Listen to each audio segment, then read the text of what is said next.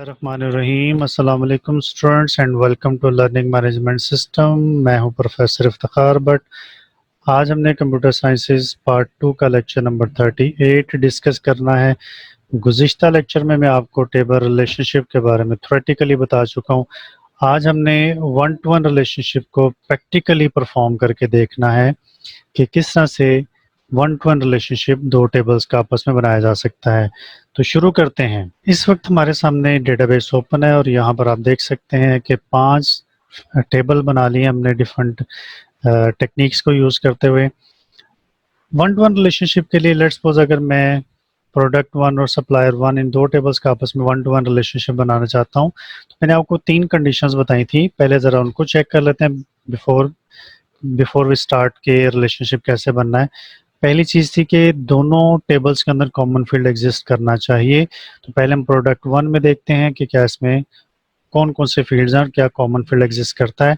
इसको देखने के लिए बड़ा आसान तरीका मैंने आपको बताया था कि टेबल को क्लिक करके डिज़ाइन पे क्लिक करें और यहाँ पर आप देखें प्रोडक्ट आईडी के नाम से एक फील्ड बना हुआ है, प्रोडक्ट नेम है, प्राइस है। इसके बाद सप्लायर को क्लिक करने के बाद यहाँ पे डिज़ाइन पे क्लिक करते हैं तो यहाँ पर भी आप देखते हैं प्रोडक्ट आईडी, सप्लायर कंपनी या एड्रेस। इसका मतलब है प्रोडक्ट आईडी दोनों में कॉमन फील्ड एग्जिस्ट कर रहा है। दूसरी कंडीशन ये थी कि दोनों टेबल्स के अंदर कॉमन फील्ड्स को प्राइमरी की बनाया जाएगा। अब प्राइमरी की कैसे बनाएंगे? प्रोडक्ट वन को सिलेक्ट करने के बाद डिज़ाइन पे क्लिक करें। इसमें से हमने प्रोडक्ट आईडी, चूँकि ये हमारा कॉमन फील्ड है, इसको प्राइमरी की बनाना है।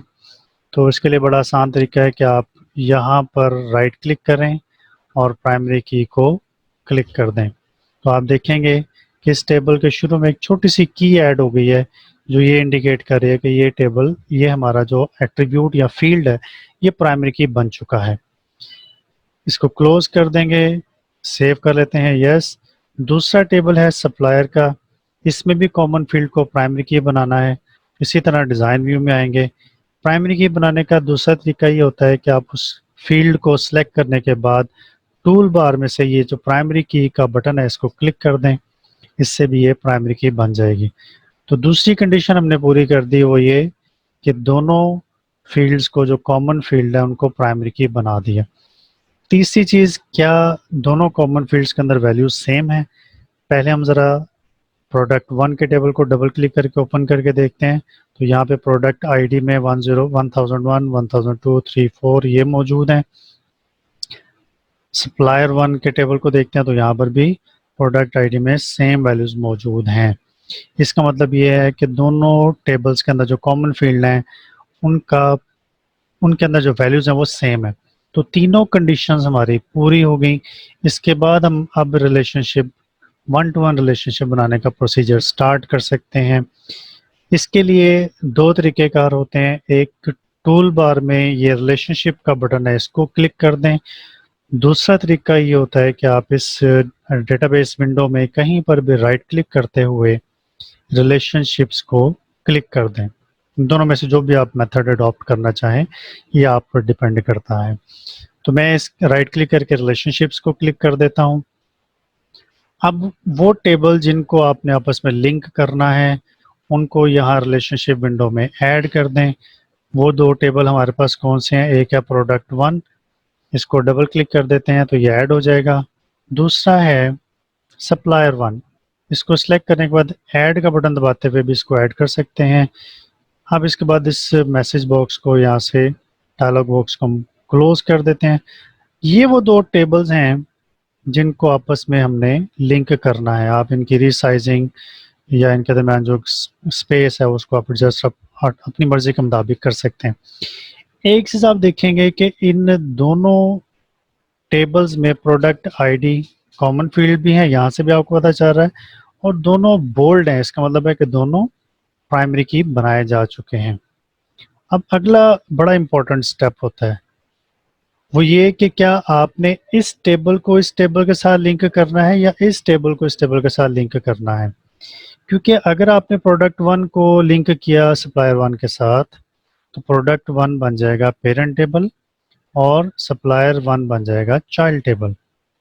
और अगर आपने सप्लायर 1 को लिंक किया प्रोडक्ट 1 के साथ तो फिर सप्लायर 1 बन जाएगा पेरेंट टेबल और प्रोडक्ट 1 बनेगा उसका चाइल्ड टेबल। ये बड़ा इंपॉर्टेंट फिनोमेना होता है, इससे पहले आपको ये बात ज़रूर ज़हन में रखनी चाहिए क्योंकि पेरेंट और चाइल्ड का कॉन्सेप्ट मैं आपको चैप्टर नंबर 2 में बता चुका हूँ। लेट्स सपोज कि मैं प्रोडक्ट 1 को लिंक करना चाहता हूँ सप्लायर 1 के साथ, तो मैंने क्या किया, इसके जो कॉमन फील्ड हैं इसको ड्रैग करते हुए इस टेबल के कॉमन फील्ड यानी प्रोडक्ट आईडी पे जाके ड्रॉप कर दिया। जैसे ही इसको ड्रॉप करेंगे आपके सामने ये एक डायलॉग बॉक्स ओपन हो जाएगा। ये डायलॉग बॉक्स हमें वाज़े तौर पे क्या बता रहा है कि टेबल एक प्रोडक्ट 1 है, दूसरा जो उससे रिलेटेड टेबल वो सप्लायर 1 है। फील्ड कौन कौन से चूज़ किए हैं, प्रोडक्ट आईडी, यहाँ पर भी प्रोडक्ट आईडी, और यहाँ पर आप वाज़े तौर पे देखें रिलेशनशिप कौन सी बन रहा है, 1 to 1। यहाँ से कंफर्म हो रहा है कि रिलेशनशिप हम बिल्कुल सही बना रहे हैं। अगर आप क्रिएट को क्लिक कर देते हैं तो ऑटोमेटिकली आपका जो दोनों टेबल आपस में लिंक हो जाएंगे। लेकिन ज़रा इस ऑप्शन को देखें, enforce referential integrity. Chapter number 4 में आपने पढ़ा था रेफरेंशियल इंटेग्रिटी। रेफरेंशियल इंटेग्रिटी ये होती है, एक कंस्ट्रेंट है जो ये कहता है कि जो फॉरेन की है उसकी वैल्यू प्राइमरी की के साथ मैच होनी चाहिए। अगर आप इसको इन्फोर्स करना चाहते हैं तो आप इसको सिलेक्ट कर दें। अब जैसे आपने इसको सिलेक्ट किया, इसके नीचे दोनों ऑप्शंस ऑन हो गई। कैस्केड अपडेट रिलेटेड फील्ड्स, इसका मतलब ये होता है कि अगर आप प्रोडक्ट आईडी के कॉलम में किसी भी वैल्यू को चेंज करेंगे तो सप्लायर आईडी के प्रोडक्ट आईडी के कॉलम में वैल्यू चेंज हो जाएगी। अगर आप ऐसा करना चाहते हैं इस ऑप्शन को ऑन कर दें। इसके बाद है कैस्केड डिलीट रिलेटेड रिकॉर्ड। अगर आप प्रोडक्ट आईडी में से किसी भी एक प्रोडक्ट आईडी के रिकॉर्ड को डिलीट करते हैं तो सप्लायर के टेबल के अंदर भी प्रोडक्ट का वो रिकॉर्ड डिलीट हो जाएगा। अगर आप ऐसा करना चाहते हैं तो इस ऑप्शन को भी ऑन कर दें। अब आप आखिर में क्रिएट बटन को क्लिक कर दें तो आप देख सकते हैं इन दोनों टेबल्स के दरमियान 1 to 1 रिलेशनशिप बन गया है। यहाँ से भी आपको वाज़ेह हो रहा है 1 to 1 रिलेशनशिप। इसके बाद इससे रिलेशनशिप विंडो को कर दें क्लोज और इसको कर दें सेव। अब आपका ये रिलेशनशिप बन चुका है। किसी भी वक्त आप इस रिलेशनशिप को देखना चाहें, राइट क्लिक करते हुए रिलेशनशिप्स पे क्लिक करें और आपको ग्राफिकली विजुअली नज़र आ जाएगा कि ये दोनों टेबल आपस में एक दूसरे के साथ कनेक्टेड हैं। अब इसका बेनिफिट क्या मिलेगा आपको, ये ज़रा देखने वाली बात है। तो मैंने आपको गुज़िश्ता लेक्चर में बताया था कि अगर आप एक टेबल में काम कर रहे हैं और आपने उसके साथ लिंक किए हुए टेबल से डेटा व्यू करना हो तो आप उसी टेबल में रहते हुए देख सकते हैं। मिसाल के तौर पे अगर मैं प्रोडक्ट 1 इस टेबल को ओपन करता हूं तो अब आप वाज़ेह फ़र्क देखेंगे कि इसके शुरू में यहाँ प्लस का साइन आ गया। इसका मतलब है कि अब ये टेबल दूसरे टेबल से लिंक्ड है, इसको आपस में रिलेट कर दिया गया। अब यहाँ इस प्रोडक्ट के टेबल में तो मुझे सारी इंफॉर्मेशन मिल रही है, लेकिन अगर मैं ये देखना चाहता हूँ कि प्रोडक्ट 1004 एलसीडी पैनल जो है ये हमें कौन सा सप्लायर सप्लाई करता है, तो इसके प्लस पे हम क्लिक करेंगे तो ऑटोमेटिकली नज़र आ जाएगा कि इस प्रोडक्ट को सप्लायर आईडी 215 जो कि सैमसंग कॉरपोरेशन है और जापान इसका एड्रेस है, ये सप्लाई कर रहा है। अगर मैं ये देखना चाहता हूँ कि मदरबोर्ड किससे सप्लाई करवा रहे हैं तो मैं जैसे ही इस 1002 के शुरू में प्लस को क्लिक करूँगा तो ऑटोमेटिकली ये रिकॉर्ड सामने आ जाएगा। अब ये जो रिकॉर्ड्स आप देख रहे हैं ये दूसरे टेबल से आपको व्यू किए जा रहे हैं, तो इसका मतलब ये हुआ कि यहाँ इसी टेबल में रहते हुए आप दूसरे टेबल से डेटा देख सकते हैं।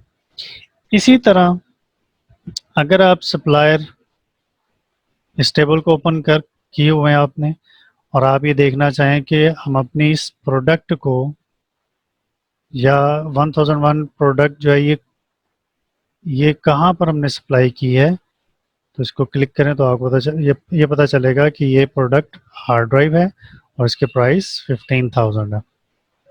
इसी तरह किसी भी प्रोडक्ट के बारे में इंफॉर्मेशन लेना चाहते हो तो आप यहीं पे रहते हुए इंफॉर्मेशन ले सकते हैं। ये जो इंफॉर्मेशन आपको नज़र आ रही है ये प्रोडक्ट के टेबल से आ रही है, क्योंकि इस वक्त आपने सप्लायर का टेबल ओपन किया हुआ है। तो ये तो एक इसका बेनिफिट आपको नज़र आ गया। दूसरा बेनिफिट क्या था कि अगर आप इनमें से किसी भी प्रोडक्ट का आईडी चेंज करते हैं, लेट्स सपोज मैं कहता हूँ जी कि जो एलसीडी पैनल है इसका आईडी हमने चेंज करके 1006 करना है, हमने इसको 1006 कर दिया। आप देखते ये हैं कि क्या सप्लायर 1 में भी चेंज हुआ, यहाँ हम देख सकते हैं 1004 की जगह 1006 आ गया। ये एनफोर्स रेफरेंशियल इंटीग्रिटी में जो एक ऑप्शन हमने ऑन की थी उसका इफेक्ट है। इसी तरह अगर मैं प्रोडक्ट 1 को ओपन करता हूँ और मैं कहता हूँ जी कि इसमें से हमने माइक्रो प्रोसेसर की सेल ख़त्म कर दिया, इसको हम नहीं सेल करना चाहते, इसके रिकॉर्ड को ख़त्म करना है, तो जैसे ही यहाँ से इसको ख़त्म करेंगे दूसरे टेबल से भी इसके सारे रिकॉर्ड डिलीट हो जाएंगे। तो ये था कि आपने रिलेशनशिप को यूज़ करते हुए टेबल्स को आपस में लिंक किया और आपने ये देख लिया कि किस तरह से इसके ये बेनिफिट्स हैं। 1 to 1 रिलेशनशिप का टॉपिक आज हमने मुकम्मल कर लिया।